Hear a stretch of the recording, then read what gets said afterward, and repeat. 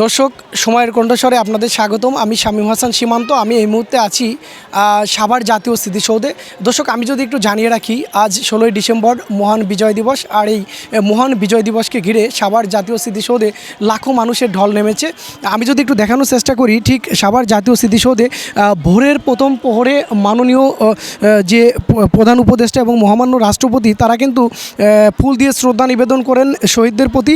এবং পরবর্তীতে কিন্তু যে তারা চলে যাওয়ার পরেই কিন্তু উন্মুক্ত করে দেওয়া হয় সাভার জাতীয় স্মৃতিসৌধের যে সকল সাভার জাতীয় স্মৃতিসৌধের কিন্তু উন্মুক্ত করে দেওয়া হয় সাধারণ মানুষের জন্য।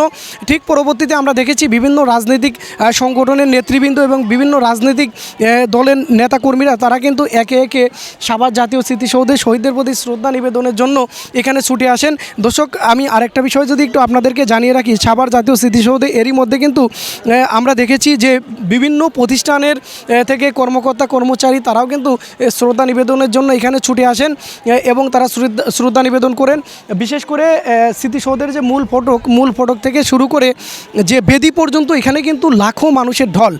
এখন কিন্তু আমরা যদি একটু দেখানোর চেষ্টা করি, এখনও কিন্তু মানুষের সেই ঢল সেই আগের মতোই রয়েছে এবং বিভিন্ন শ্রেণী পেশার মানুষ এখানে আসছেন শহীদদের প্রতি শ্রদ্ধা নিবেদনের জন্য।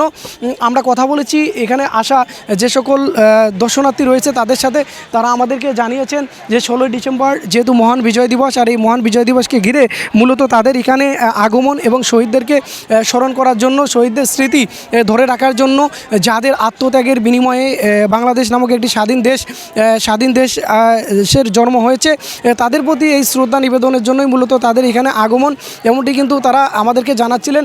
দর্শক, এখানে আরেকটি বিষয় যদি একটু জানিয়ে রাখি, মূলত এখানে স্মৃতিসৌধে শ্রদ্ধা নিবেদন করতে আসা মানুষ কিন্তু বেশ কিছু অভিযোগ করছিলেন। এর মধ্যে প্রধান অভিযোগ হচ্ছে তাদের মোবাইল ফোন চুরির যে ঘটনাটি ঘটেছে।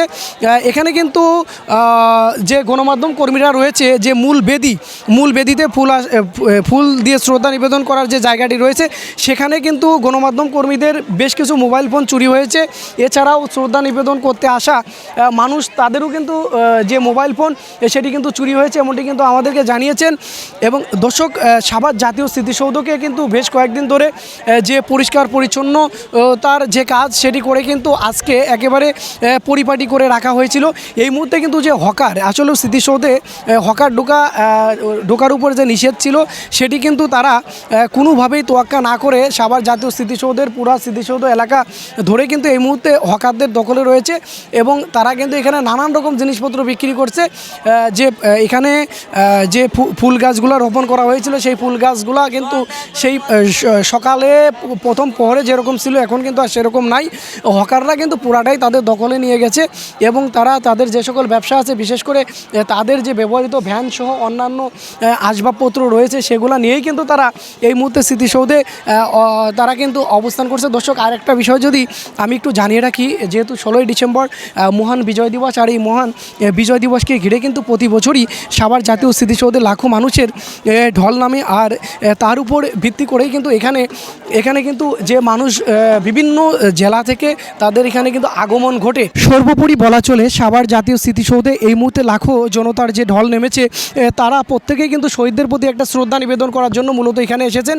বিশেষ করে যে সকল বড়রা রয়েছে তাদের পাশাপাশি কিন্তু ছোট ছোট কোমলমতি শিশু তারাও কিন্তু তাদের পরিবারের সাথে এখানে তাদের বাবা মায়ের হাত ধরে এখানে এসেছেন।